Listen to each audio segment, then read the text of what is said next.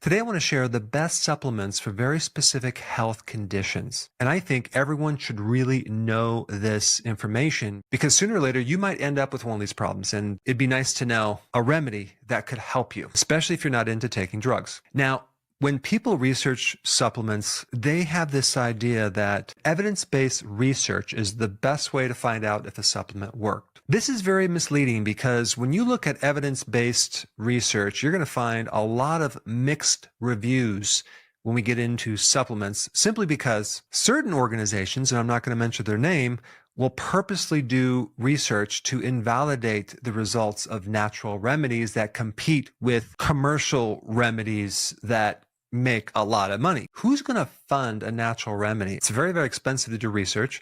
And so you're not going to see a lot of credible research in the area of nutrition. We have this omitted research that people will say, well, there's no research to say that it works.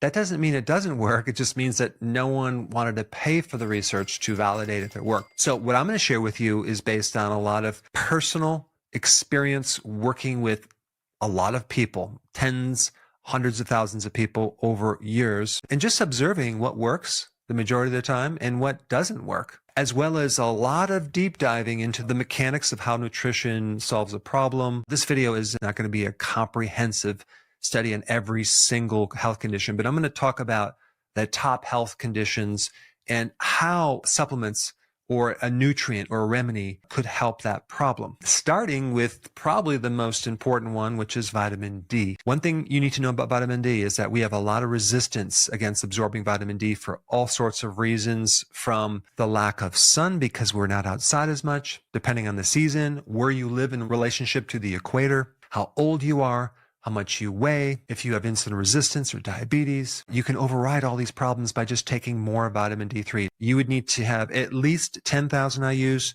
to up to 50,000 IUs every day, and even more than that depending on certain circumstances. And I've done a lot of videos on this topic. One of the most important conditions with an S that vitamin D can help you with is autoimmune diseases, okay? The common theme of an autoimmune condition is inflammation. So vitamin D in the right dosage can be a very potent anti-inflammatory. Vitamin D regulates the immune system. In other words, if you have a hyperimmune system, vitamin D can tone it down. And then we have other conditions where we're lacking immune support, and that would definitely be something like cancer, AIDS. Vitamin D is essential for those conditions. Vitamin D also works great for depression. Another condition that you might not realize that vitamin D is good for is glaucoma. In fact, a lot of problems with the eye can be greatly improved with high doses of vitamin D3. And then we have the classic low back pain or anything related to your pelvis, like hip pain, deep bone pain, vitamin D3, because vitamin D3 can help benign tumors as well as cancer. Another really great benefit of D3 is anything related to hair loss, dermatitis. A dermatologist would give one remedy, vitamin D3 in high amounts. They would get amazing results with almost every different type of skin inflammatory condition. And one key point about vitamin D, anytime you take vitamin D3, you also need to take the cofactors, magnesium and zinc and vitamin K2. All right, the next supplement I'm going to recommend is magnesium glycinate. I don't recommend other forms of magnesium too much, especially because the absorption is not that great. So what is magnesium good for? Well, allowing vitamin D to work. They both work together. You could actually take vitamin D and be severely magnesium deficient and not see any of the results from vitamin D. The same thing goes with magnesium. If you're taking magnesium without vitamin D3, magnesium will only work to a certain degree. And anytime you take either magnesium by itself or vitamin D by itself and then develop side effects, it's usually because you're deficient in the other cofactor. There's a lot of body conditions that occur in the early morning because of a deficiency of magnesium, because magnesium kind of goes on this wave, and you're going to hit the lowest point in the early morning, maybe about between 5 a.m., 6 a.m., 7 a.m. What kind of problems occur more in the morning? A lot of problems. Cramps in the legs, cramps in the foot, increased risk of heart attacks, clotting happens more in the morning, strokes happen in the morning, even the dawn phenomena, which is the higher blood sugars occur in the early morning. All of that means you need magnesium. Migraine headaches, magnesium. But you need higher amounts. If you're taking like 400 milligrams, you'll see the results. But with migraines, sometimes you need to take 800 to 1,000 or even more milligrams of magnesium to create the effect with migraines, depending on how bad they are. Also, magnesium lowers cortisol and adrenaline. That's why it's good for sleep. Magnesium also helps thin the blood and helps prevent clotting. Magnesium is good for blood pressure, good for anti-clotting effects, good to prevent cramping of muscle, but magnesium is really good as an electrolyte to prevent arrhythmias, as in atrial fibrillation. So that's another really important heart effect. Magnesium is also at the heart of making energy. So anything related to chronic fatigue, a loss of energy in the mitochondria, magnesium is the answer. Especially if you're exercising and you just don't have that endurance, you need magnesium. The way that I know that I have enough magnesium is all of the muscles in my body are calm and not tight. This last point is magnesium to prevent kidney stones. This is a huge reason why people have kidney stones, is they're magnesium deficient. Next is betaine hydrochloride. That should be taken anytime you have heartburn or indigestion. Betaine hydrochloride gives the stomach more acidification, okay, more acid. Most of this is a lack of acid, and also the valve just doesn't close because there's a lack of acid. What betaine hydrochloride does is help you keep that top valve closed, giving you more acid so you can digest better. Sometimes you have to take 3 or 4 or 5 or 6 or 7 before a meal to get it to work because it's not like highly concentrated. Next remedy is zinc carnosine. Hands down, the best remedy for an ulcer in your stomach, and it helps calm down gastritis. Now, next remedy is selenium. Okay, selenium, believe it or not, is really good if you have AIDS.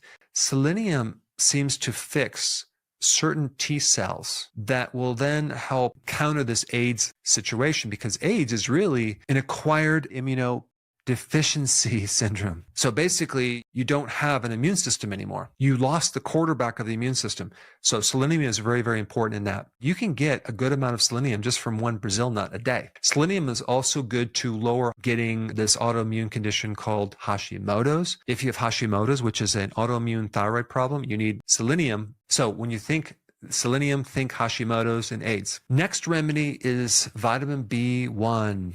Here's another interesting thing. You need magnesium as a cofactor to allow B1 to work. So if you take B1 and it doesn't work, it could mean that you just need magnesium. B1 is an amazing remedy for nervous tension, worry, stress, anxiety, restless leg syndrome. Restless leg syndrome, you take magnesium and B1 and you're almost guaranteed to get rid of that condition. Then we also have another type of B1 that's made in a fat-soluble form called benfotiamine. Benfotiamine is really good for anything with nerves in the peripheral part of the body, in the bottom of the feet, the toes, and the hands. You take 4 pills through the day. Just keep it in your body, and that condition will improve. Another supplement is calcium lactate for chronic coughing, but I normally do not recommend any calcium supplements other than if it's just a small amount, but you don't want large amounts of calcium over 1,000, 1,200, 1,500 milligrams because it's going to put you at risk for heart problems. And I recommend that you get your calcium from your food, like cheese, vegetables, sardines with the bones in it, but not as a supplement. Same thing with iron. I don't recommend you taking an iron supplement. I'd rather you get it from food, red meat, liver, or take liver pills. That's good for low blood pressure, but it's also good for energy. I also recommend potassium for people that are salt sensitive. They're told to lower their salt. I recommend you just increase your potassium. But the thing about potassium is that we need so much of it. We need 4,700 milligrams. I don't know of anyone getting that much. The next supplements, coenzyme Q10. If anyone's on a statin, they better be on coenzyme Q10 because a statin, which blocks cholesterol, will deplete you of coenzyme Q10. What about vitamin E? There's 2 different forms of vitamin E. I recommend the Tocotrienols one because it works 50 times stronger. And Tocotrienols are really good to prevent fibrosis. It's also good for angina, chest pain. It's good to support the inner layer of the arteries to prevent plaquing. It's also good for infertility. Next supplement is one of my favorites. It's called TUDCA. The TUDCA is a very specialized type of bile salt. A lot of people have a problem with thickened bile, and it creates pressure and causes pain that radiates to the right shoulder, up to the neck. TUDCA will just like make that go away. TUDCA is also good for neurological problems in your brain. It does a lot, but I have separate videos on that. Let's talk about iodine. Great for fibrocystic breast. That's an excess amount of estrogen that's causing those cysts, and iodine is a natural inhibitor or regulator of excess estrogen. So iodine's great for that. Vitamin C is good for collagen, especially for bleeding gums. You're brushing your teeth and it's like turns pink because you're bleeding easily because your gums are inflamed. You need vitamin C. Probiotics. If someone's on a lot of diet soda, they're going to really mess up their gut and they need to get off the artificial sweeteners. Biotin, good for hair, nails, and skin, especially to make your hair and nails grow. Manganese, good for Tourette's and tics. NAC is a wonderful supplement if you've accidentally taken too much Tylenol. It's really good for anything poisonous to the liver. So snake bites, poisonous mushrooms, think NAC and milk thistle. Mastic gum is good for gastritis. If you've tried a lot of different supplements for your sleep and it hasn't worked, I recommend melatonin for some people. Tends to help a lot of people, and it does a lot of other things, which I'll have to do a video on, but I recommend that for severe sleep problems that you've tried everything and nothing's worked. Niacin, really good for anything related to cholesterol, and I recommend taking higher amounts of it, 500 milligrams, 1,000, work up to it. You will have a flush response, and that's normal, but you want the one with the flush. Clove oil, great for any like pain in your teeth or gums. Now, of course, I can go on and on and on and on, but this is a fairly long video. I think you've learned the most important effects of certain supplements. If you want all this in a quick download, okay, I put the link down below. Check it out. Go ahead and download it and use it when you need it.